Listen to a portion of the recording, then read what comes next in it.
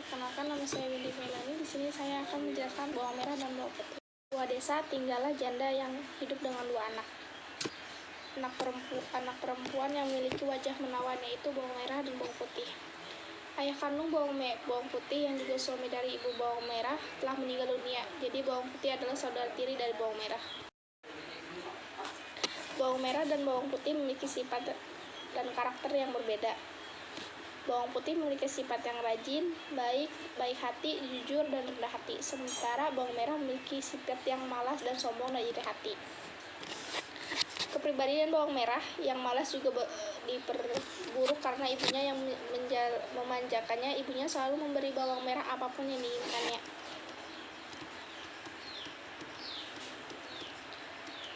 Bawang putih selalu mengerjakan pekerjaan rumah.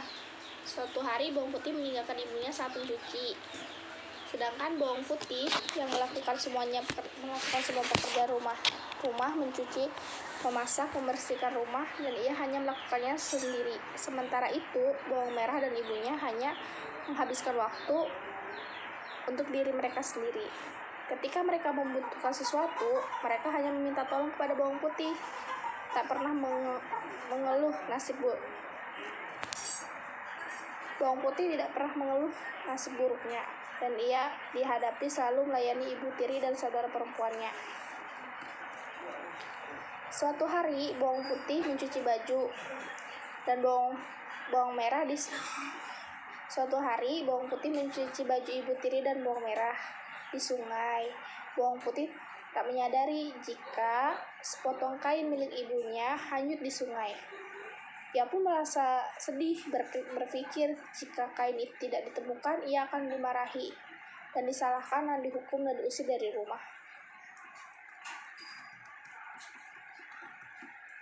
Karena takut kain ibunya tidak bisa ditemukan, bawang putih mencari dan berjalan di sepanjang sungai.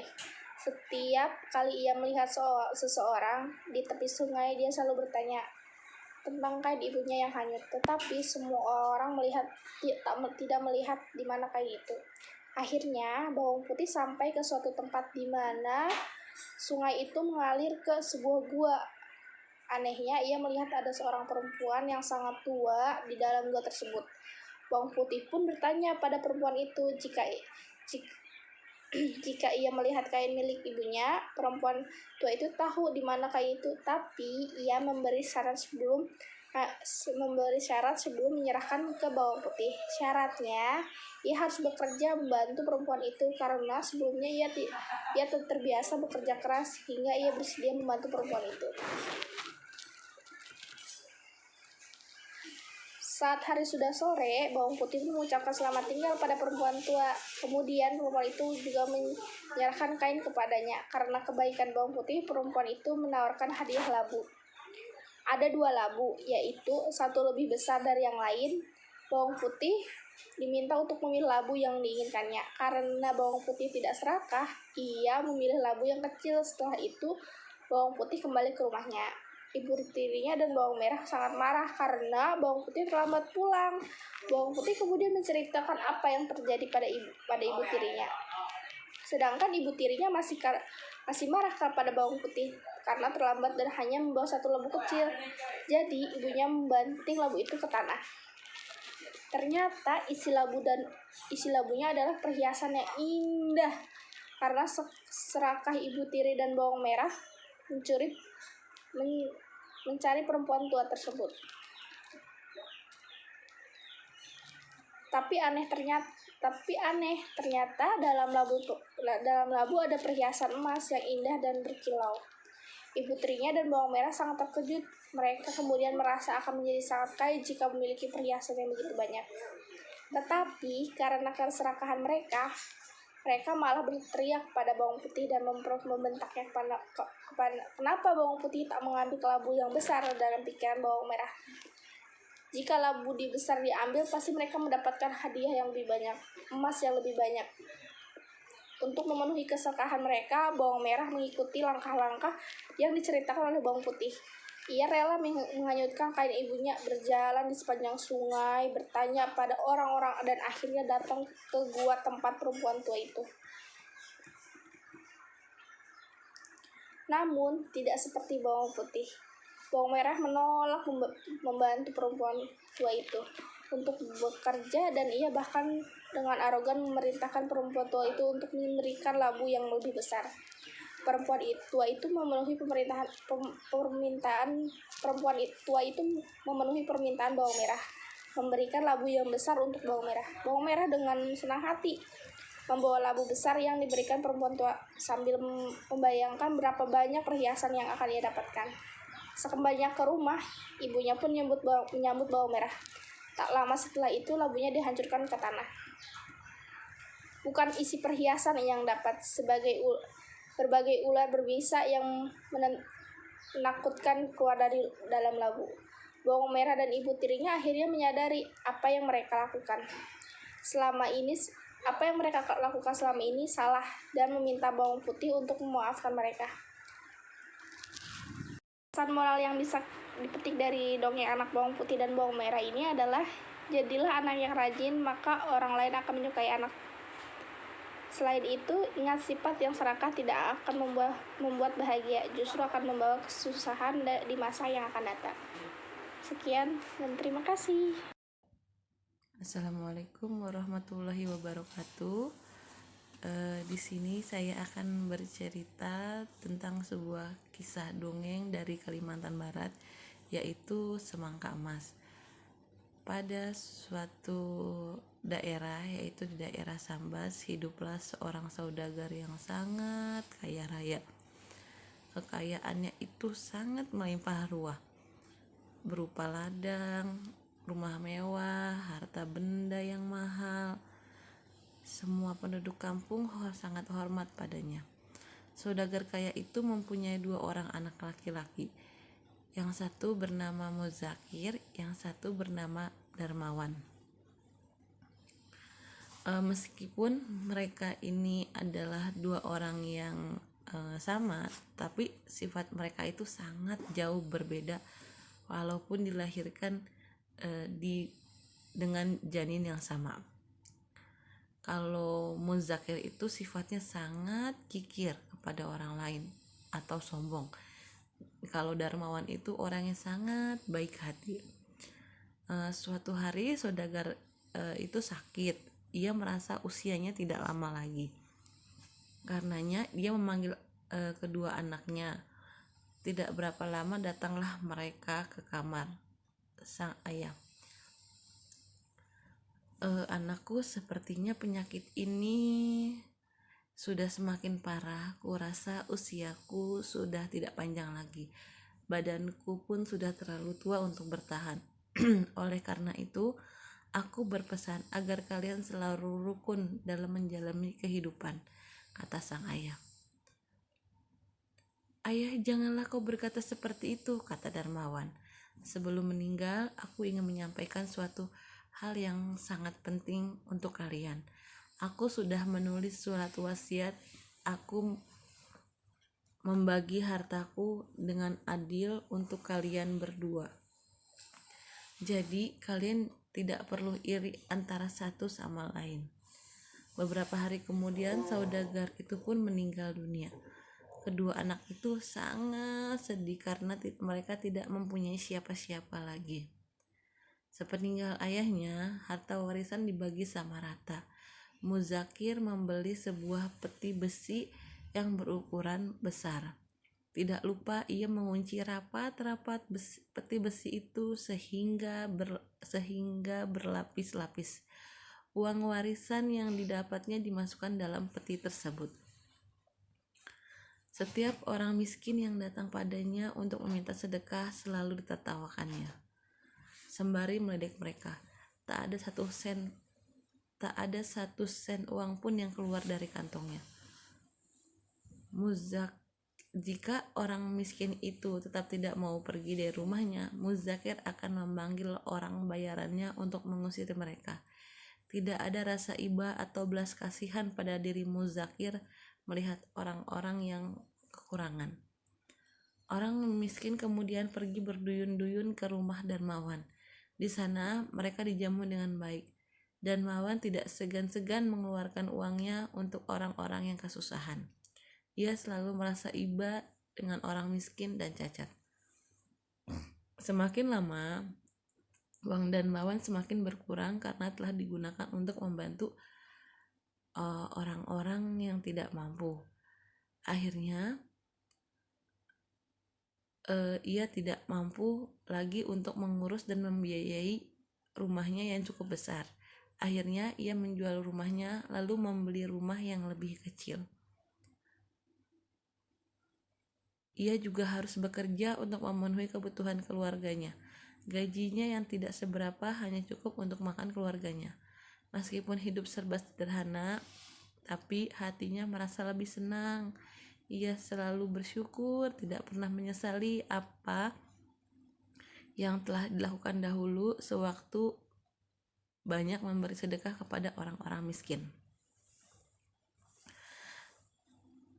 Kabar tentang kehidupan dermawan yang tidak lagi mewah terdengar oleh Muzakir. Ia hanya tertawa mengetahui keadaan adiknya yang tidak seperti dulu lagi. Dasar dermawan bodoh, coba kalau dia tidak menyedekahkan hartanya untuk orang miskin, pasti dia tidak akan melarat seperti sekarang. Hahaha, begitulah ucapan Muzakir. Kekayaan Muzakir semakin lama semakin bertambah. Ia pun membeli sebuah rumah yang lebih bagus dan sebuah kebun kelapa yang sangat luas. Meskipun keadaan Muzakir sangat sukses dan semakin kaya raya, tetapi dermawan tidak pernah iri melihat kelakuan kakaknya yang suka menghinanya. Suatu hari, Darmawan sedang duduk santai di halaman rumahnya. Tiba-tiba jatuhlah seekor burung pipit di hadapannya. Burung pipit itu merasa kesakitan. Ternyata sayap burung itu patah. Aduh, malang benar nasibmu. Pasti kau kesakitan karena tidak bisa terbang, kata Darmawan. Dengan perlahan Darmawan mengangkat burung pipit yang malang itu dan membaringkan sang pipit itu di atas selembar daun, lalu membalut sayap burung pipit itu dengan selembar kain. Setelah itu diberinya segenggam beras untuk makan si pipit. Setelah sekian lama, burung pipit itu menjadi jinak kepadanya. Darmawan merawat burung itu dengan penuh kasih sayang. Beberapa hari kemudian burung pipit itu sudah bisa terbang.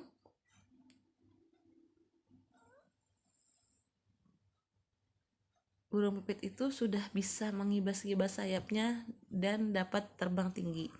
Keesokan harinya, burung pipit itu datang kepada Darmawan sambil membawa sebuah biji di paruhnya.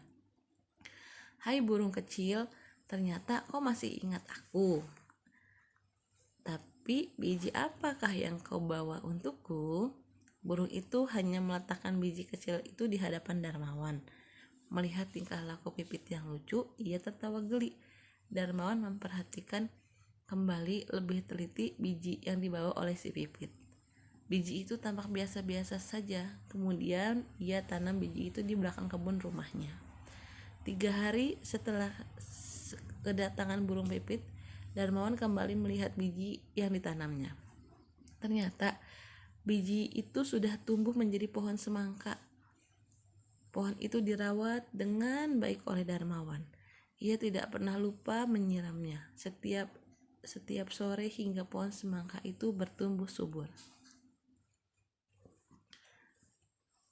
Semula Darmawan mengira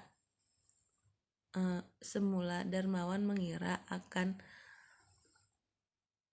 banyak buah yang dihasilkan oleh pohon semangka itu. Jika pohon itu berbuah banyak, ia akan sedekahkan sebagian. Namun ternyata buah yang muncul hanya satu, meskipun berbunga sangat banyak. Tapi yang lebih mengherankan adalah ukuran buah semangka yang sangat besar, melebihi ukuran semangka pada umumnya, sehingga semangka itu nampak harum dan ranum. Wah, semangka ini besar sekali. Baunya juga sangat harum. Pasti semangka ini sangat lezat untuk dimakan. Lalu ia memetik buah semangka itu. "Wah, berat sekali semangka ini," ujarnya dengan terengah-engah. Darmawan membawa semangka itu ke rumahnya. Setelah diletakkan di atas meja, Darmawan membelahnya. "Ya Tuhan, apa ini?" seru Darmawan. Betapa terkejutnya Darmawan ketika semangka yang dibelahnya berisi pasir berwarna kekuningan. Darmawan memperhatikan dengan seksama pasir itu. Ternyata pasir itu adalah emas murni yang terurai. Mata Darmawan terbelalak, tidak percaya. Ia sempat tertegun sejenak, lalu menari-nari kegirangan. Tidak berapa lama, Darmawan mendengar suara burung berkicau. Dicarinya sumber suara itu, ternyata suara itu berasal dari burung pipit yang pernah ditolongnya. "Terima kasih burung pipit," ujarnya. Keesokan harinya, Darmawan membeli sebuah rumah mewah dengan pekarangan yang sangat luas. Ia pun tidak segan-segan memberi makan kepada orang-orang miskin yang datang untuk meminta sedekah ke rumahnya. Meskipun sering menyedekahkan hartanya, Darmawan tidak pernah jatuh miskin seperti dulu, sebab hartanya sangat banyak dan hasil kebunnya berlimpah sehingga tidak akan habis. Melihat keberhasilan adiknya, Muzakir menjadi iri. Bagaimana mungkin Darmawan yang sudah jatuh miskin dalam sekejap bisa menjadi sangat kaya raya? Aku harus mencari tahu tentang itu, pikir Muzakir. Karena penasaran, keesokan harinya Muzakir pergi bertandang ke rumah adiknya. Dia bertanya banyak hal bagaimana akhirnya adiknya bisa menjadi kaya mendadak. Dengan jujur, Darmawan menceritakan kejadian yang dialaminya. Setelah mendengar kisahnya, Muzakir segera menyuruh bawahannya untuk mencari burung pipit yang patah kakinya atau sayapnya. "Kalian harus mencari burung pipit yang terluka. Carilah kemana saja sampai kalian menemukannya. Lalu bawalah dia ke hadapanku," perintah Muzakir. Sudah seminggu berjalan, tetapi orang-orang suruhan Muzakir masih belum bisa merasakan burung pipit yang diminta. Muzakir sangat marah dan tidak bisa tidur tenang. Ia harus memikirkan bagaimana caranya agar burung pipit yang diinginkannya bisa didapatkannya. Setelah beberapa saat berpikir, akhirnya dia menemukan sebuah cara. Disuruhlah bawahannya untuk menangkap seekor burung pipit dengan menggunakan pencapit. Tentu saja hal ini membuat sayap burung pipit yang tertangkap membuat sayap burung yang tertangkap patah. Lalu Muzakir berpura-pura kasihan kepada burung itu dan mengobati lukanya. Beberapa hari kemudian, burung pipit itu bisa terbang kembali. Keesokan harinya, sang burung pipit datang kembali ke tempat Muzakir membawa sebutir biji. Dengan gembira, Muzakir menanam biji itu di kebunnya. Ia merawatnya dengan sangat baik sehingga menjadi sebuah pohon semangka yang memiliki buah yang juga sangat besar. Bahkan jika dibandingkan dengan semangka yang ditanam di kebun Darmawan, semangka Muzakir jauh lebih besar ukurannya, sampai-sampai ketika Muzakir memetik dan membawa semangka itu ke dalam rumahnya, ia harus meminta bantuan kepada bawahannya. Dengan penuh semangat, Muzakir mengambil sebuah parang. Dibelahlah semangka itu dengan penuh hati-hati. Namun betapa terkejutnya Muzakir ketika buah semangka yang dibelahnya itu tiba-tiba menyemburkan lumpur hitam bercampur kotoran sehingga mengenai wajahnya. Bau busuknya pun seperti bangkai. Pakaian Muzakir dan permadani yang ada di rumahnya terpecik lumpur hitam. Mendapatkan hal ini, Muzakir marah bukan kepalang. Ia pun lari keluar sambil berteriak-teriak. Orang-orang yang di sekitarnya hanya tertawa terbahak-bahak. dan bertepuk tangan melihat Muzakir yang kikir karena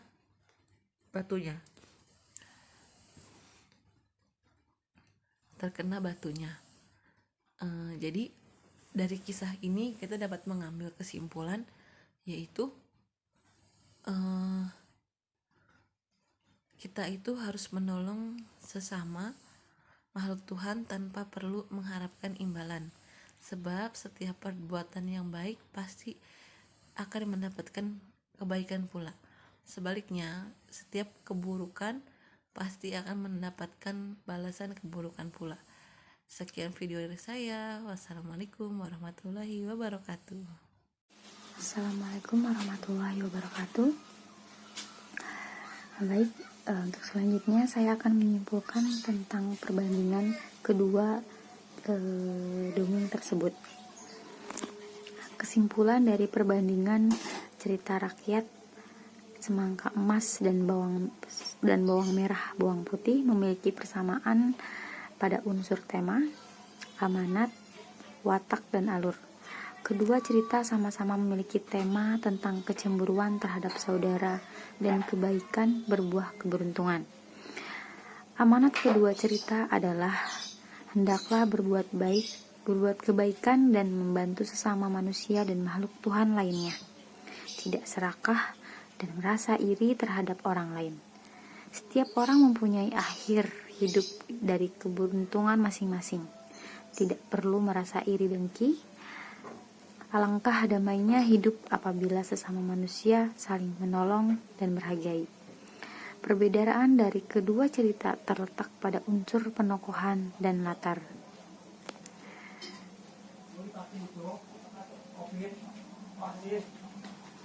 Melalui analisis perbandingan cerita semangka emas dan Kalimantan Barat dan bawang merah bawang putih dari Riau, Sumatera, dapat diketahui bahwa terdapat kesamaan bahwa perbuatan yang baik akan dibalas dengan kebaikan pula.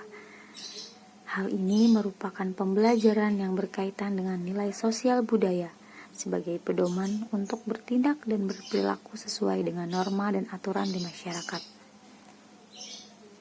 Nilai-nilai karakter seperti berbuat baik, saling menolong dan menghargai, dan bersyukur atau tidak iri dan serakah sangat penting dalam hidup bermasyarakat dan untuk diwariskan dari generasi ke generasi. Cukup sekian yang dapat saya simpulkan. Kurang lebihnya kami mohon maaf. Wabillahi taufiq wal hidayah. Wassalamualaikum warahmatullahi wabarakatuh.